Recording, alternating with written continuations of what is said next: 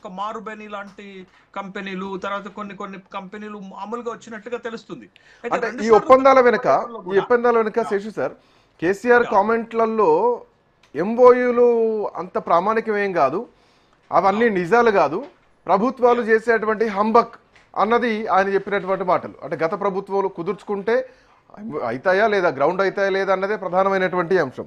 దీంట్లో ఒక కామెడీ ఆయన చేసినటువంటి వ్యాఖ్య ఏంటంటే, గతంలో ఒక స్టార్ హోటల్లో జరిగినటువంటి ఎంఓయూల సంతకాల ఒప్పందాలపైన ఆ హోటల్లో ఉన్నటువంటి అటెండర్లు, షెఫ్లు వాళ్ళు కూడా సంతకాలు చేసినటువంటి పరిస్థితి.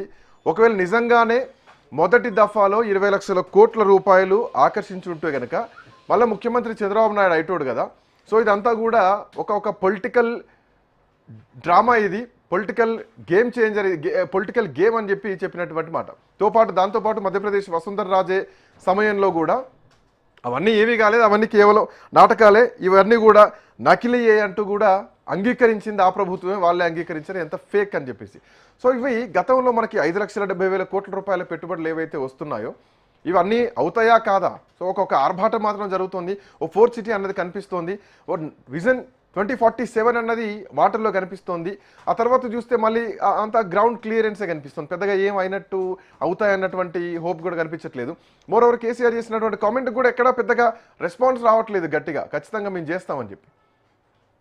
ఇప్పుడు శ్రీకాంత్, మనం రాజకీయంగా మాట్లాడలేము, రాజకీయ పరమైనటువంటి విమర్శలు చేయలేము, కానీ ఒక ఎకనామిస్ట్ గా నాకు ఉన్నటువంటి అభిప్రాయం ఏంటి అంటే, ఎంఓఐలు కుదుర్చుకోవటం ఒక ఎత్తు అయితే ఎంఓఐలను గ్రౌండింగ్ చేయటం మరొక ఎత్తు అవుతుంది.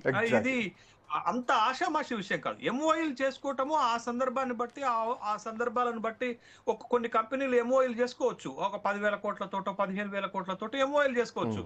కానీ వాళ్ళు గ్రౌండ్ చేసే నాటికి వాళ్ళ కంపెనీ పరిస్థితి బాగలేదు అనుకోండి, వాళ్ళు వెనకకు తగ్గుతారు. అంటే ఆ ఎంఓఐని విత్డ్రా చేసుకునేటటువంటి అవకాశాలు కూడా ఉంటాయి. కానీ అదే నేనేమంటున్నాను, ఒక ప్రభుత్వము ఎంఓఐలు చేసుకోవటం ఒక ఎత్తు అయితే, ఆ ఎంఓఐలను గ్రౌండింగ్ చేసుకొని అక్కడ పరిశ్రమలు పెట్టడం అనేది ఒక ఎత్తు అవుతుంది. కాబట్టి ఇప్పుడు మీకు దేశంలో పెట్టుబడుల ఆకర్షణలో తెలంగాణ రాష్ట్రం 4వ స్థానంలో ఉన్నది అనేటటువంటి విషయాన్ని గమనించాలా.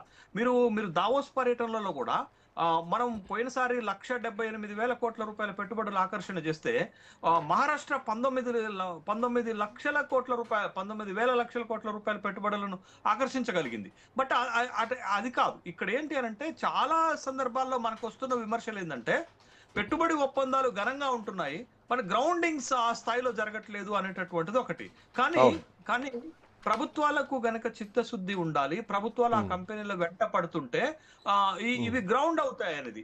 మన తెలంగాణ రాష్ట్రం ఏర్పడి ఎంత అవుతుంది శ్రీకాంత్? ఒక 11 సంవత్సరాలు అవుతుంది కదా. 11 సంవత్సరాల్లో పెట్టుబడుల విషయంలో ఒక అద్భుతాలను ఆశించటం తప్పవుతుంది కానీ, బట్ తప్పవుద్ది కానీ జరిగే ప్రచారానికి కుదుర్చుకునేటువంటి ఒప్పందం అంటే వాస్తవానికి చూస్తే గనక ఇవేవి ఉద్దేశపూర్వకంగా చేసుకునేటువంటి ఎంఓయూలే కానీ ఎక్కడ చట్టబద్ధం ఏమీ కాదు. ప్రభుత్వాలు వాళ్ళకి కావాల్సినటువంటి అలయన్స్లు ఇవ్వాలి, వాళ్ళకి కావాల్సినటువంటి ల్యాండ్ అలొకేషన్ చేయాల్సినటువంటి అవసరం ఉంటుంది. బట్ ఇందులో కొన్ని బోగస్ ఫైనాన్సింగ్స్ కూడా ఉంటాయి. ఇప్పటి వరకు ఇన్నేళ్లలో తెలంగాణ రాష్ట్రం ఏర్పాటు తర్వాత ఎన్ని పర్యటనలో, ఎన్ని లక్షల కోట్లలో ఎంతవరకు గ్రౌండ్ అయింది? సో ఈ 5 లక్షల కోట్ల విషయంలో మనం ఎట్లాంటి అంచనాలకు రావచ్చు? నేను 2 అంశాలు చెప్తాను శ్రీకాంత్. ఒకటి, ఇప్పుడు మీరు భూమి సేకరణ, భూమికి సంబంధించినటువంటి అంశం చెప్పారు కాబట్టి, ఇటీవలనే ఇండియా ల్యాండ్ అక్విజిషన్ సర్వే వాళ్ళు ఒక రిపోర్ట్ ఇచ్చారు. వాళ్ళు ఇచ్చినటువంటి రిపోర్ట్ ఏంటంటే, తెలంగాణ ఈజ్ ద నెంబర్ 1 పారిశ్రామిక భూమి కేటాయింపులలో ల్యాండ్ బ్యాంక్ ఉన్నటువంటి రాష్ట్రాల్లో తెలంగాణ నెంబర్ 1. 30,000 హెక్టార్ల పారిశ్రామిక భూమి తెలంగాణలో ఉంది. మీకు మహారాష్ట్ర 2nd ప్లేస్ ఉంది 19, 3rd ప్లేస్ వచ్చేసి తమిళనాడు ఉంది 16,000 హెక్టార్లు. తర్వాత మీకు 4వ స్థానంలో వచ్చి గుజరాత్ ఉంది 12,000 హెక్టార్లు. అంటే తెలంగాణకి వనరు ఉంది. ఏ వనరు ఉంది? ఏ పరిశ్రమ పెట్టడానికైనా మనం భూమి ఇవ్వగలిగినటువంటి ల్యాండ్ బ్యాంక్ అద్భుతంగా ఉంది. నెంబర్ 1 పొజిషన్ లో ఉన్న దేశంలోనే 30,000 హెక్టార్లు అంటే మామూలు విషయం కాదు శ్రీకాంత్. తర్వాత రెండో అడ్వాంటేజ్ ఏంటంటే, మనకి బాంబే, కల్కట్టా, చెన్నై, బెంగళూరు లెక్క హైదరాబాద్ ఉంది మనకి. బట్ హైదరాబాద్ ఉండటంతో పాటు, ల్యాండ్ బ్యాంక్ ఉండటంతో పాటు మనకి పెట్టుబడుల ఆకర్షణలో ఒక అడ్వాంటేజ్ ఉంటుంది అనటంలో సందేహం లేదు. హైదరాబాద్ అనేది ఫస్ట్ ఆప్షన్ గా ఇండస్ట్రియలిస్టులకు ఉంటుంది పెట్టుబడులు పెట్టడానికి అనేది. బట్ ఇట్లాంటి ప్రాబ్లమ్స్ ఏమైనా వస్తాయా సార్? ఇప్పుడు ప్రభుత్వాలు మారుతున్నప్పుడు ఎంఓయూలు డిస్టర్బెన్స్ అవుతూ ఉంటాయి, ఎందుకంటే ప్రభుత్వం టు ప్రభుత్వం కంటిన్యూ చేయలేనటువంటి పరిస్థితులు కూడా కొన్ని వస్తూ ఉంటాయి. ఆ కంటిన్యూటీ ఏమన్నా మిస్ అవుతుందా? సో పాత ఎంఓయూలు డస్ట్బిన్లోకి వెళ్ళిపోవడం అట్లాంటి ఏమైనా ప్రభుత్వ మార్పులతోటి కొంత తెలంగాణ విషయానికి వచ్చేసరికి మనకి అనుకూలమైనటువంటి వాతావరణం. మీకు ఆంధ్రప్రదేశ్ లో ఉన్నటువంటి వెండెక్టా పాలిటిక్స్ ఇక్కడ లేవు. ఆంధ్రప్రదేశ్ లో విపరీతమైనటువంటి వెండెక్టా ఉంది, అది ఆ రాష్ట్రానికి నష్టం జరుగుతుంది.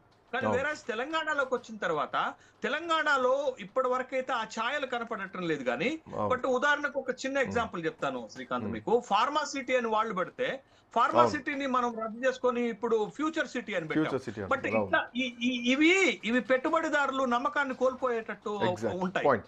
కొనసాగించాలి. ఇప్పుడు ప్రభుత్వాలు అనేవి ఒక కంటిన్యూ ప్రాసెస్ కాబట్టి గత ప్రభుత్వాలలో తీసుకున్నటువంటి నిర్ణయాల్లో ఏమన్నా లోపాలుంటే మార్పులు చేర్పులు తీసుకోవాలి. కానీ వాళ్ళు తీసుకున్నటువంటి నిర్ణయాలను పూర్తిగా రద్దు చేస్తే అది పెట్టుబడిదారుల పైన నెగిటివ్ ప్రభావం పడేటటువంటి అవకాశం ఉంటుంది. కాబట్టి ఆ విధమైనటువంటి ఒక ప్రభావం ఉంది. కాబట్టి అట్లా కాకుండా ప్రభుత్వాలు ఒక క్లీన్ ఇమేజ్ తోటి ప్రభుత్వాలు ఒక ప్రశాంతమైనటువంటి వాతావరణాన్ని గనక పెట్టుబడిదారులకు కల్పించగలిగితే పెద్ద ఎత్తున పెట్టుబడులు మీకు తెలంగాణలో కానీ హైదరాబాద్ లో కానీ పెట్టుకోవడానికి అవకాశం ఉంది. ఒకటి, హైదరాబాద్ సిటీ మీకు ట్రాఫికల్ గా మంచి అడ్వాంటేజ్ ఉన్నటువంటి సిటీ. రెండోది, ల్యాండ్ బ్యాంకు పెద్ద ఎత్తున ఉన్నటువంటి సిటీ. కాబట్టి ఇక్కడ మనం పెట్టుబడులను తీసుకొచ్చుకోవటానికి ఉన్నటువంటి అవకాశాలన్నిటినీ మనం కల్పించాల్సినటువంటి అవసరం ఉంటుంది. అయితే గ్రౌండ్స్ కావటం లేదు అనేటటువంటి విమర్శలు ఇప్పుడే కాదు శ్రీకాంత్, ఎప్పటి నుండో మనకి పెట్టుబడులు గ్రౌండ్ కావటం లేదు. మనం ఎంఓఏలో